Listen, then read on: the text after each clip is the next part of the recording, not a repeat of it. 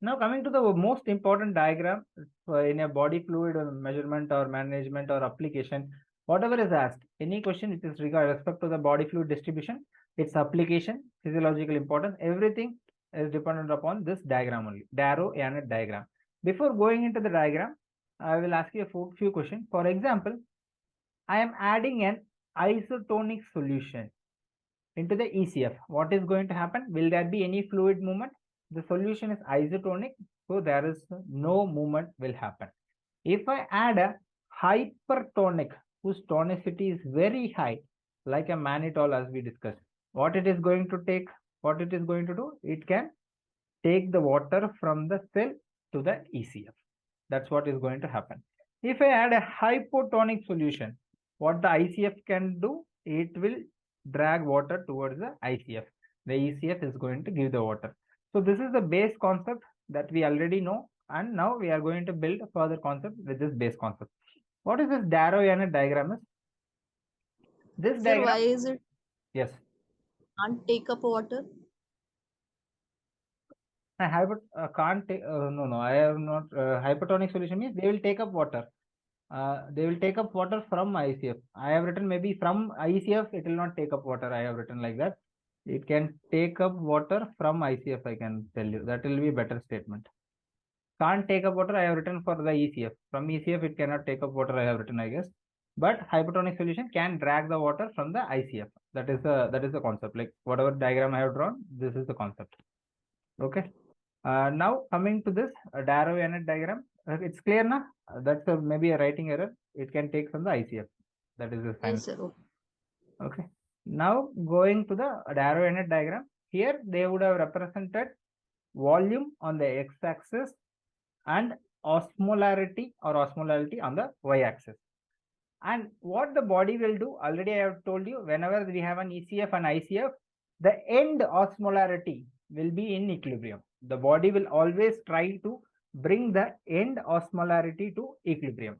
So this is the normal diagram. So whenever I draw any abnormal diagram also, the end point of osmolarity will be equal. Okay. So that is our starting point. Here I have represented ICF and ECF. Can you spot the differences? The difference here is the ICF is more. Why? Normally ICF is more than the ECF. So that is why the ICF portion in the volume we have drawn it more for the ICF. Whereas the osmolarity, whenever they are in equilibrium, osmolarity of both the ECF and ICF on the y-axis, it is at the same point. It is at the same point, same level. So that is what the base diagram is. Now what we are going to do is, we are going to manipulate this diagram by adding and removing different type of fluids. First, the easiest one, that is the isotonic fluid. So what will happen if I add an isotonic fluid to the ECF? Everything we are going to add it to the ECF only, because that is only accessible through the veins. What if I inject an IV saline, it is going through the veins, that is ECF only. I am not putting inside the cell. So what we are going to do, isotonic fluid, we are adding it in the ECF. So in an isotonic fluid, will there be movement in the ECF and ICF? There will not be any movement between the ECF and ICF. But what will happen to the volume of ECF? The volume of ECF will increase and the osmolarity will remain the same because it is an isotonic solution. Understood? This black diagram. Yes, Yes, sir. sir. If I add an isotonic solution, it is going to stay in the ECF. No movement is going to happen. So the ECF volume will increase. That's it. The reverse is going to happen when I remove an isotonic fluid. This happens during the initial phases of diarrhea and vomiting. If it is severe, then the condition is different. But initial phases, both solute loss also is there as well as the fluid loss is also there. So usually isotonic fluid is removed. So when I remove an isotonic fluid from an ECF, what is going to happen? The ECF volume is going to contract. The ECF is going to reduce. Here the ECF is increasing, there the ECF is decreasing. That is what is going to happen. These isotonic fluid is very simple to understand because there is no movement at all. Now coming to the hypertonic solution. Now what I am doing, now I am going to add a hypertonic solution and remove a hypertonic solution. If I add an hypertonic solution, first tell me what is going to happen for the tonicity of the ECF? Increase. tonicity of the ECF should increase. So what we have to do is, first I will plot the tonicity on a higher level. The tonicity is plotted on a higher level. Because it is hypertonic, what it will do, as we have seen from the first diagram, it is going to drag water from the ICF. So it is going to drag H2O from the ICF. So what will happen? ICF will start donating the water to the ECF. Whenever it is donating water, what will happen to the tonicity? The tonicity of ICF also will increase and reach an equilibrium. So what is happening at the end point? ECF and ICF tonicity is increasing, and the volume of ICF is contracted, ECF is expanded. So the volume of ICF is contracted and ECF is expanded. And next is removal of hypertonic. Now what I am going to do, here the classical example is 3% NaCl. And this 3% NaCl is usually given to reduce the cerebral edema and all. Okay, because whenever I give an hypertonic solution, and this is given for NaCl correction also. But this 3% NaCl should be given very slowly, because what happens whenever it is given fast, they will shrink the ICF. Some of the cases they have seen, they have shrunk the cerebral cells also. Interns, new interns who are enthusiastic, they will give it in high flow. So this is very dangerous. 3% NaCl. It should be given very slowly whenever we are correcting the NaCl. Second, now what we are going to do is removal of hypertonic solution from the ECF. So I am going to remove some too much of ions. I am going to remove lots and lots of ions. First thing is, if I remove an hypertonicity, what will happen to the tonicity? The tonicity is going to drop down in an ECF. If the ECF tonicity is dropping, then it ultimately means that the ICF tonicity is on the higher end. So what the ICF will do? ICF will start dragging the fluid. This will be the mirror image of the other side. So what is going to happen? The tonicity of both of them will come down. Then the ICF volume is going to increase. The ECF volume is going to shrink. What is the example where I am increasing the loss of ions?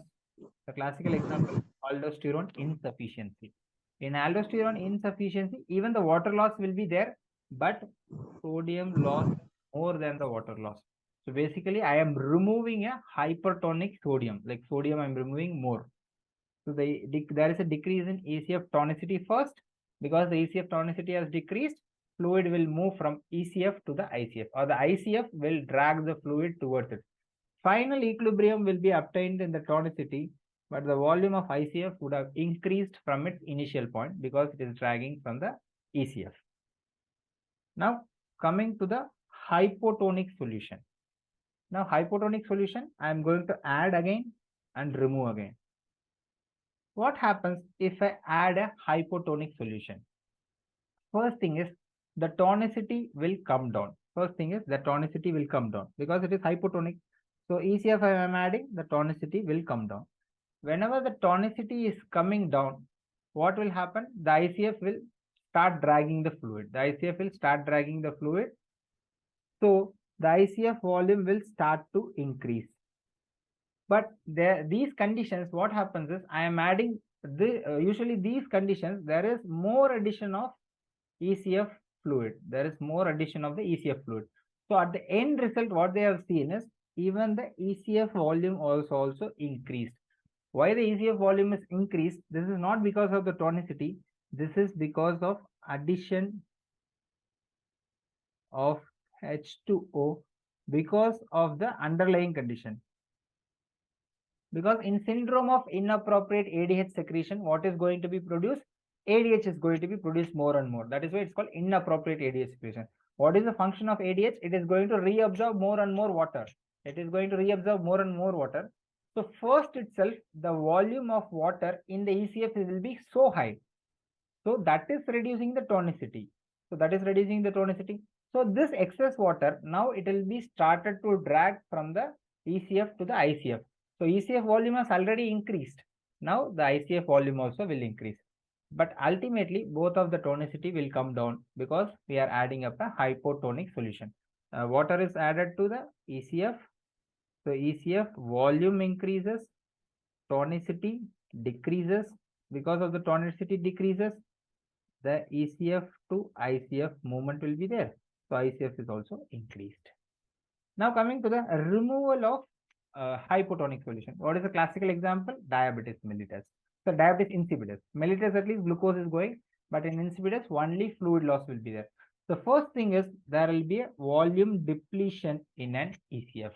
So the ECF volume is going to come down. Then if the ECF volume is coming down, what will happen to the tonicity? The tonicity of ECF would have increased because volume is reduced. So the more and more solute is available. So now from the ICF, what will happen? The fluid will be dragged into the ECF. So for this hypotonic solution, you should always start thinking with the volume first. Here you should think about the volume first. Whereas in case of hypertonic solution, you have to think about the osmolarity first. So once you think and write it, then you can easily get these diagrams very easily. So what is happening in the case of hypotonic removal? First thing is the hypotonic solution is removed, so volume is going to come down, the tonicity is going to increase. Then because of the increase in tonicity, it will start dragging water from the intercellular fluid. So that's why whenever you see a diabetes insipidus patient, they will keep on urinating. And next thing is all their cells will also go for dehydration. They will be always in a state of dehydration. And not only the ECF volume is down, even their intracellular fluid volume is also down because the ECF is dragging water from the ICF and throwing it out. That is the worst thing about this diabetes insipidus. So that is the same thing which has been tabulated again. I'm not going to explain. Same thing we have written it again on with the examples and everything. You just go through it once.